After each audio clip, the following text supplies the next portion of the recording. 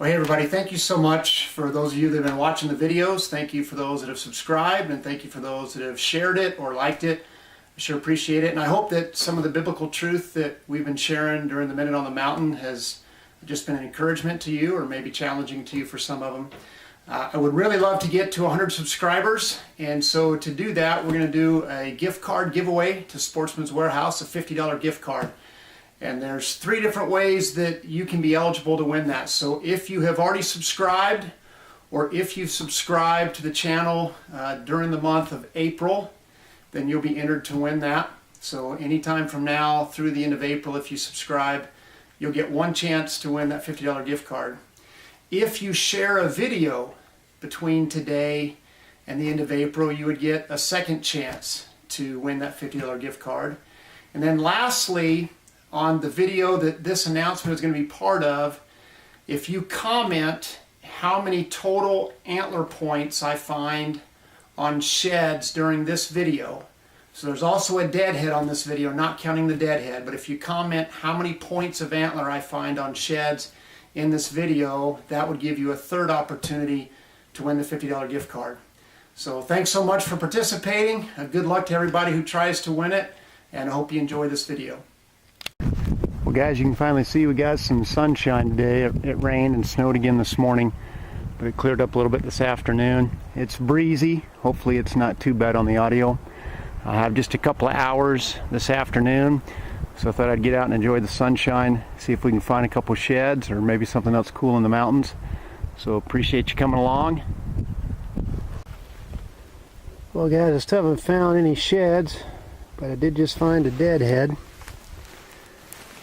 A little 3-point. Looks like that one is weird.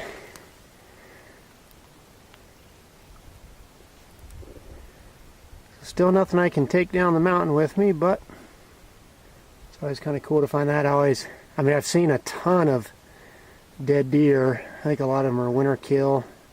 Maybe some predator kills, but they've all been does and fawns. I always hate to see the bucks not make it through the winter, because this is the area I put in for my tag this coming fall. So, but in Utah, you're not supposed to pick up the deadheads, so we'll just take a picture of this one and leave it where it is, and see if we can find someone that we can take.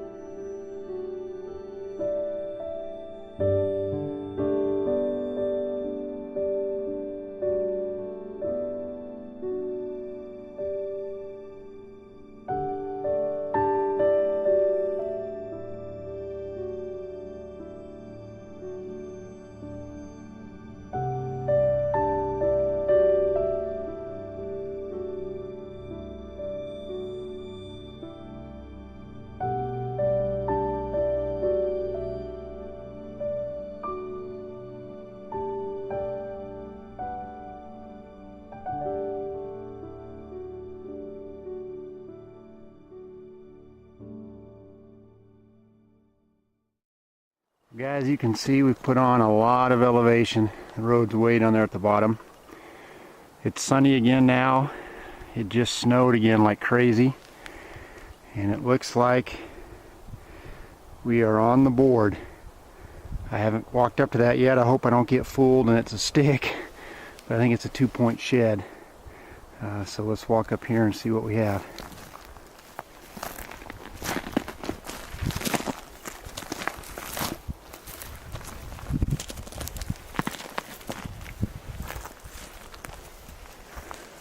Alright, it's definitely a shed. So first one for the day, out in the sunshine. Looks like it's definitely either hard white or chalk. I haven't seen the underside. It doesn't look too brittle on the outside. Here we go, get ready to pick it up here.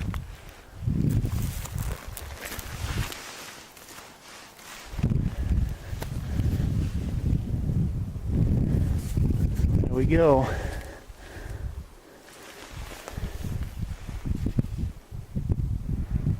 Well, we'll keep following this trail. I want to get to this saddle over here. If you can look over there, I want to work the top of that ridge and that saddle right there and really look that over well. And then I'm going to drop down that face over there where all those heavy game trails are. So hopefully this isn't the only one we'll find, but at least it's a start.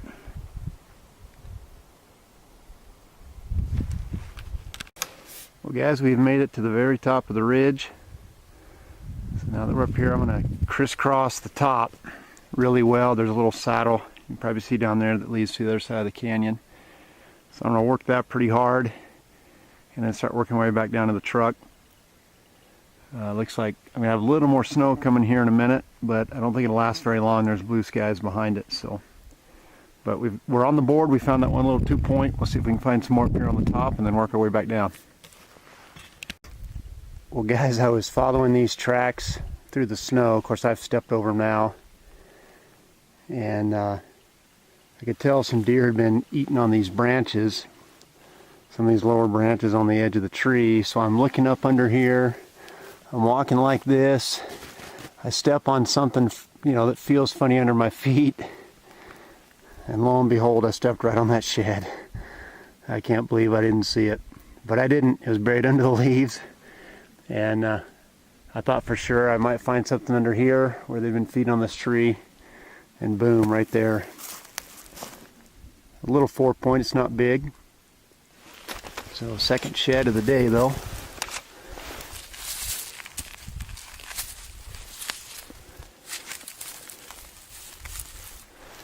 Get it out here on the snow, maybe where you can see it a little bit better.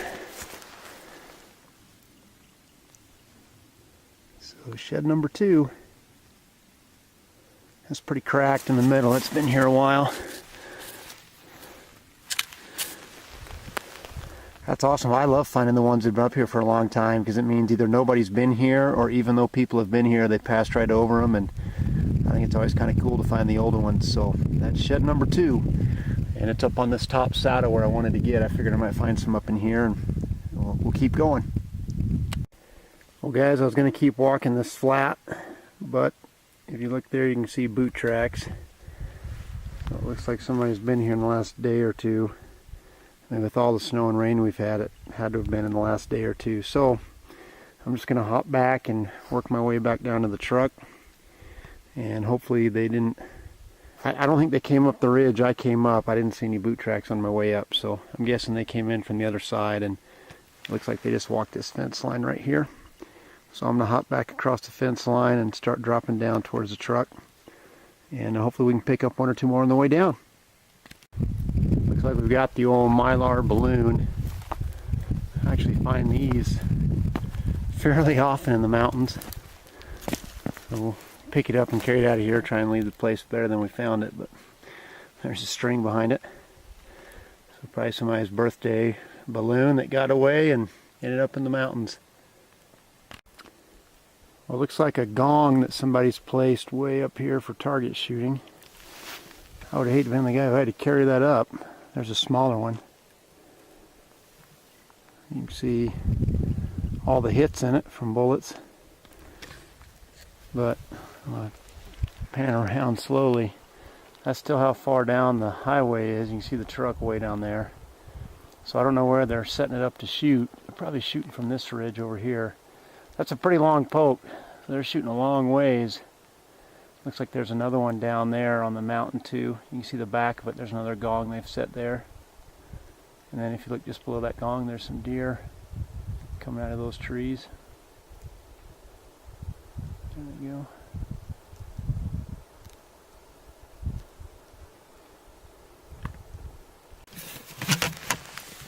Well guys, we're coming out. You can probably see that it's almost dark. I just scared up. Gosh, there must have been 45 deer in that little herd. They're still all busting out all around me. See them going up the hillside over there across that ravine. There's several more coming up out of that ditch down there on the bottom. I know it's getting low light, so you may or may not be able to see them. But man, there must have been 40. I don't know if there were 50 or not, but there were probably 40 altogether. So thanks for coming along today. I just found the 2 sheds. When I put this video together, I'm probably going to combine it with one that I did the last time I went out, where I didn't really find anything except a deadhead. But I'm also going to do a giveaway, which I'll put more details on either at the beginning of this video or at the end. But I sure appreciate all you guys who have subscribed. Thank you for the ones that have commented, that have shared videos. It's all been really helpful, so thank you so much, and thanks for coming along. Hey guys, welcome to today's Minute on the Mountain. I'm doing this one from home. I wanted to spend a little more time on this one. I hope that's okay. This past Sunday, I preached a message on the great banquet parable in Luke chapter 14. And if you're familiar with that story, Jesus is actually at a banquet himself, and he tells this parable about a rich man who invites people to his banquet, and they all come up with one lame excuse or another, and they don't attend. So the rich man sends his servants out into the alleys and the streets, and he tells them to invite the poor and the lame and the crippled and the blind, which just didn't happen in that culture. And then his servant says there's still room, and so he tells them to go out and search in the countryside and behind the hedges. And he makes a statement to urge anyone you can find to come so that my house may be full. And I think that reveals so much to us about the heart of God, that he desires his house to be full. He desires everyone to be at the banquet table. And I think it's instructive for you and I as Christians, if you're a believer today, that God still chooses to invite people to his banquet through his servants. So you and I have a calling to go out and invite people to the banquet. And I think the way that his servants likely invited him was not just yelling out an invitation and passing. When they were told to urge and compel people to come, I think that's because the rich man knew that a lot of the people wouldn't even believe the invitation was valid. And so I want to make sure that I encourage you as a Christian to be willing to come alongside people where they are, to live life with them, to get in the dirt and the grime and the mess that sometimes life can be, and invite them to the party. And for those of you watching this video that maybe you don't have a relationship with God through Jesus Christ, and maybe you're like the people behind the hedges, maybe you think the invitation couldn't be real. How could a perfect and holy God, the God of the universe, want a relationship with me if he knew all about my sin and my struggles and my baggage?